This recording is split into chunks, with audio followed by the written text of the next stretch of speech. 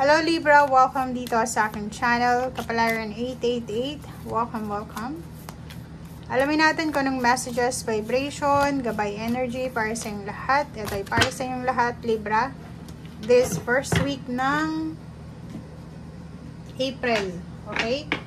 Libra. Okay. Mayroon kang tatlong baraha dito. Sa linggong ito,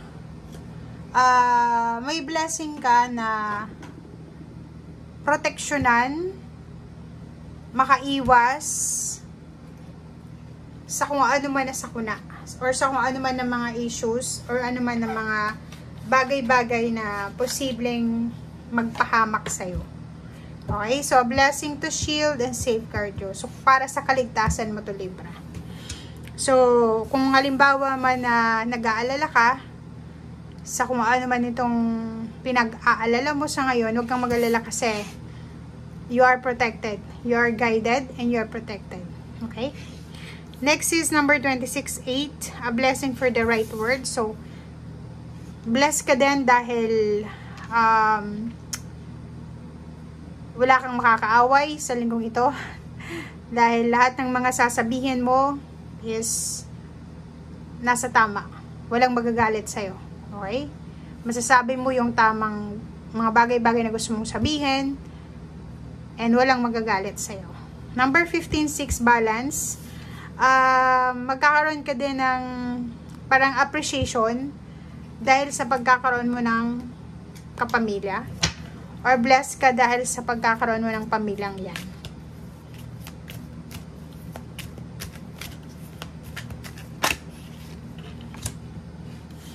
Okay.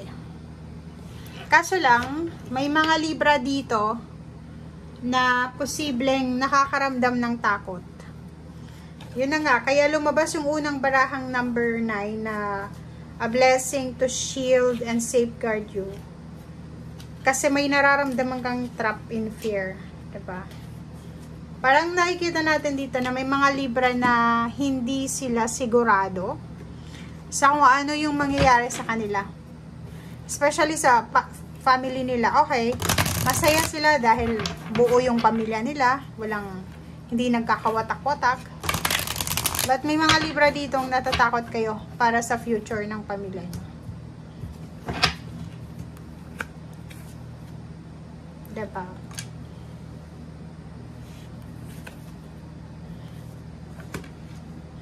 Mag-iingat ka sa linggong ito. Naku, nakakaloka yung message ng baraha sa'yo, Libra. Mag-iingat ka, Libra, sa linggong ito dahil posibleng mapagbintangan ka na sangkot ka sa third party, nanloloko ka, scammer ka, parang ganon. Or pwedeng mapagbintangan ka na nagnakaw ka or kung pa man. Nakakatakot siya. Sa trabaho siya, tingnan mo, oh. Sobra kang masipag, sobrang sipag. Napaka hardworking mo, napaka dedicated mo. And parang sa trabaho binibigay mo talaga yung 101% na trust, energy, time. But etong linggong ito is medyo hindi siya maganda eh. Kasi etong trap in fear, ang malala dito is pwedeng kasuhan ka. Diba? Pwedeng akusahan ka sa trabaho, ng boss mo, ng katrabaho mo, na kung ano man, na pwedeng yun yung maging dahilan ng takot mo. Bakit ganun?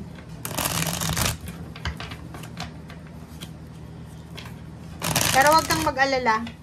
Kasi yun na nga, sinasabi dito, hindi ka dapat nag-aalala kasi you're protected.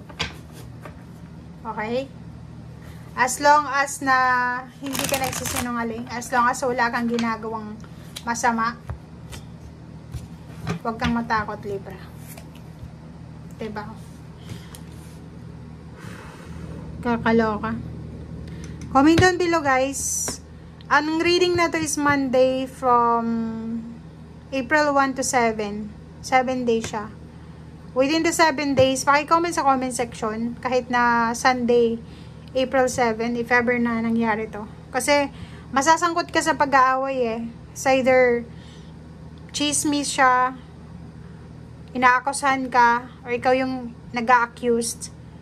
May mga misunderstanding, may mga pag-aaway, may mga witnesses. Pwedeng umabot sa husgado, sa pulis, sa otoridad, na pwedeng magdala sa'yo ng trap in fear, ng takot. Pero kung makikita dito, mayroon kang choice naman eh. 'Di ba? Information, mag-research ka. Okay? Kasi sinasabi ng baraha sa'yo dito na yun na nga. Kung di man ikaw ito na posibleng maakusahan, pwedeng anak mo, pwedeng asawa mo, or pwedeng kapamilya mo siya, pwedeng makatanggap ka ng balita sa linggong ito na yung kapamilya mo ay nagkaroon ng kaaway, nakulong, or pwedeng inakusahan siya ng otoridad or kano pa man. Comment down below, guys.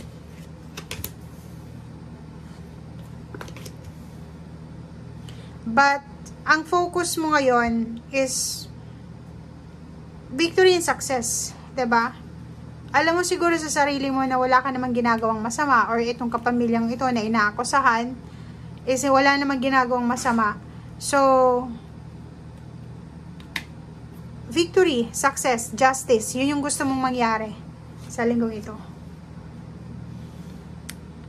May iba din ditong Libra na posibleng papasok sila sa bagong trabaho nila, sa bagong career, or sa bagong source ng income.